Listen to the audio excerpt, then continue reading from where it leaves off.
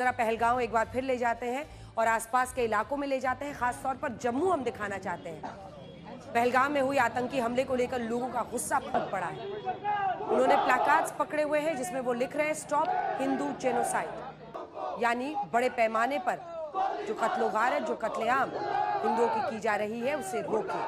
जम्मू कश्मीर में इस हमले को लेकर प्रदर्शन शुरू हो गए हैं। लोग इस आतंकी हमले के खिलाफ अलग अलग जगहों पर प्रदर्शन कर रहे हैं। महिलाएं और कश्मीरी पंडित जो हैं वो भी आज गुस्से में निकले हैं और तमाम ऐसे लोग जो कश्मीर को आगे बढ़ता देखना चाहते हैं वो आज कैंडल मार्च लेकर निकले हैं। वो इस आतंकी घटना के खिलाफ अपना विरोध दर्ज कर रहे हैं और ये हिम्मत दिखा रहे हैं कि वो सड़कों पर निकलकर खुलेआम लोहा लें उन तमाम लोगों से जो कश्मीर के दुश्मन हैं, जो ऐसी घटनाओं को अंजाम देते हैं।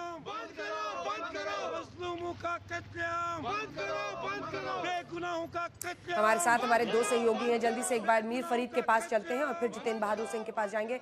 मीर फरीद, किस तरह की जानकारी मिल रही है? अशरफ वानी हमारे सहयोगी भी हमारे साथ जुड़ गए हैं। अशरफ, किस तरह की जानकारियां मिल रही हैं? कितने लोग मारे गए हैं? क्या कोई पैटर्न वाकई दिख रहा है? क्योंकि ज्यादातर जो महिलाएं हैं वो ये कह रही हैं कि धर्म की पहचान कर करके मारा गया है।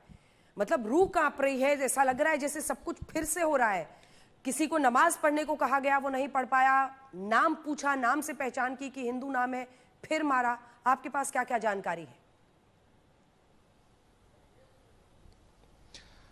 जानकारी ये है अंजना, अभी गृह मंत्री काफ़ी गंभीरता से न सिर्फ प्रधानमंत्री ने इस आतंकी वारदात को लिया है बल्कि गृह मंत्री, जिससे आपको लगता है कि 1 घंटे के भीतर जब उन्होंने दिल्ली में बैठक ली, वो श्रीनगर पहुंचे और इस वक्त वो जम्मू कश्मीर के उच्च स्तरीय जो सुरक्षा के अधिकारी हैं, सेना के कमांडर हैं, जम्मू कश्मीर के मुख्यमंत्री हैं, जम्मू कश्मीर के उपराज्यपाल हैं, उनके साथ बैठक कर रहे हैं और पूरा विवरण ले रहे हैं आखिर ये आतंकी घटना क्यों घटी। क्योंकि बार बार प्रधानमंत्री के साथ साथ गृह मंत्री का जम्मू कश्मीर की सुरक्षा पर काफ़ी फोकस रहा, खासतौर से अनुच्छेद 370 के बाद, और बड़ी सफलताएं उनको अब तक मिली थी, जिसका परिणाम ये हुआ था कि अब घाटी में हालात सामान्य हो गए थे।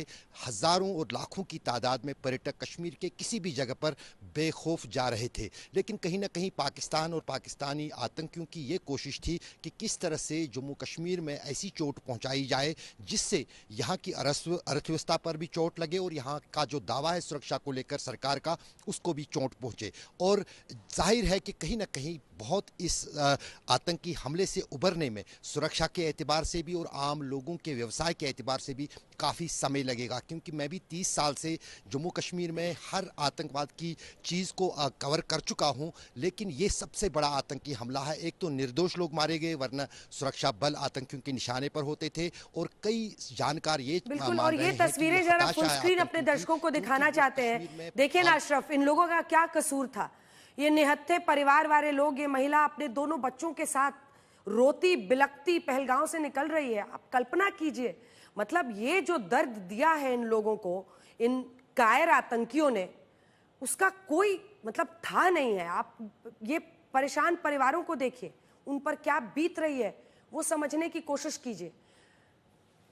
ये लोग छुट्टी मनाने, परिवार वाले लोग, कई कपल्स गए हुए थे जो अक्सर पहलगांव जाते हैं, और वहां पर इस तरह के आतंकी घटना को अंजाम दिया गया है। हमारे साथ जितेंद्र बहादुर सिंह हमारे सहयोगी भी जुड़े हुए हैं। ये तस्वीर देखिए जिसमें ये महिला अपने दोनों बच्चों के साथ जा रही हैं। मीर फरीद भी हमारे साथ जुड़ गए हैं। मीर, किस तरह की जानकारी आ रही है? उसके बाद में फौरन जितेंद्र आपके पास आऊंगी। किस तरह की जानकारी आ रही है? रोती बिलखती महिलाओं को हम देख रहे हैं। मैं उस पैटर्न पर आपसे सवाल करना चाहती हूँ क्योंकि आप वहां पर मौजूद हैं। ज्यादातर जो औरतें हैं वो ये कह रही हैं कि अलग अलग तरीके से धर्म की पहचान की जा रही थी। नमाज बोल के आप पढ़ के सुनाइए, नाम क्या है आपका? क्या इस तरह से धर्म के नाम पर पहचान कर करके पत्नियों के सामने उनके पतियों को गोली मारी गई है? जी बिल्कुल, जो चश्मदीद हैं, जो आई विटनेस हैं, वो यही बात कह रहे हैं कि पहले धर्म देखा गया, और इससे आपको ये भी अंदाज़ा होगा कि उनके पास कितना वक्त था। फायरिंग तो काफ़ी टाइम हुई है, लेकिन उससे पहले शनाख्त हुई है, आइडेंटिटी, आप इसको जो है शनाख्ती परेड भी कह सकते हैं कि किस तरीके से कौन मुसलमान है, कौन जो है हिंदू है, वो देखा गया है। और उसके बाद ज़्यादातर जो पुरुष हैं उनको जो है टारगेट किया गया है। और जैसे हम कह रहे हैं कि एक तरफ से नहीं बल्कि 5 से 6 जो आतंकियों के होने की इसमें आशंका है। डायरेक्ट इन्वॉल्वमेंट है और ऑटोमेटिक राइफल से उनको मारा गया है और उनकी पत्नियों के सामने। जैसे आप बार बार वो वीडियो की बात कर रहे हैं, उसमें साफ दहशत झलकती है कि किस खौफ में वो औरतें वहां पे रुकी हुई थी। उम्मीद ये थी कि कोई आए, उनके जो फैमिली मेंबर्स हैं उनको बचाए। कुछ लोग जो है ब्लीड, उनको खून जो है निकल रहा था। लाशें बिल्कुल बिखरी हुई थी जगह जगह, क्योंकि बहुत बड़ा ये मैदान है, बहुत खूबसूरत है, लेकिन आज दहशत से जो है दहल गया वो मैदान। बिल्कुल। और मीर, बहुत ज्यादा मतलब वहां पर अगर आप देखिए तो बहुत सारे वहां पर पर्यटक आते हैं, बड़े पैमाने पर आते हैं। जल्दी से, इससे पहले कि मैं जाऊं अशरफ के पास, कितने राउंड की फायरिंग हुई है, क्या इस बारे में कोई जानकारी है हमारे पास? जी, जो चश्मदीद हैं वो कह रहे हैं कि 2.5 से 3 मिनट के आसपास फायरिंग हुई है। 250 से 300 राउंड फायर हुए हैं। और अगर आप AK-47 की बात करें तो एक झटके में 32 गोलियां मैगजीन से निकल सकती हैं। और अगर आप 5 जो आतंकी हैं तो आप समझ सकते हैं कि कितनी गोलियां और कितने मैगजीन खाली हुए होंगे। और आराम से चुन चुन के मारा गया है। साफ तौर पर जो कैजुअलिटी काउंट बताता है तो तकरीबन 250 से 300 गोलियां चली हैं। इससे भी ज्यादा हो सकती हैं, लेकिन 3 मिनट लगातार, 3 से 3.5 मिनट लगातार फायरिंग हुई है। और 5 डायरेक्शन से ऑटोमेटिक मशीन गन फायर है। तो आप समझ सकते हैं किस इंटेंसिटी से गोली चली है। और ज्यादा से ज्यादा कैजुअलिटी हो, ज्यादा से ज्यादा लोग मारे जाएं, वो जो है साफ तौर पे उनका जो मोटिव था वो था कि ज्यादा से ज्यादा कैजुअलिटी करें। जी बिल्कुल। और ये पीक सीजन है, अगर आप देखें तो जम्मू कश्मीर में अप्रैल के महीने से लेकर ये पूरा जो पीक सीजन है पर्यटकों का हो रहता है, लोग आना शुरू हो जाते हैं। अशरफ, आपके साथ कुछ लोग दिखाई दे रहे हैं, कौन है ये लोग? जल्दी से बात कीजिए। बिल्कुल बिल्कुल अंजना, दरअसल ये कुछ पर्यटक है, क्योंकि पूरा श्रीनगर शहर और कश्मीर पर्यटकों से भरा हुआ है। देश के हर कोने से यहाँ पर्यटक हैं।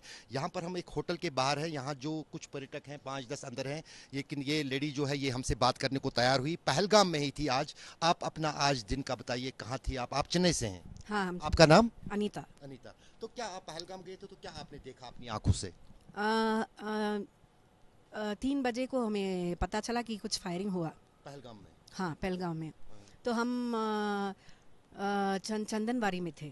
चंदनबाड़ी उसी के रास्ते पे तो हुआ था वो? हाँ, इमीडिएटली अबर टैक्सी ड्राइवर ने बोला कि जल्दी आ जाइए, कुछ फायरिंग हो गया। पहले उसने नहीं बताया, बाद में बताया कि फायरिंग हुआ है। अच्छा। तो हम सब भागने लगे।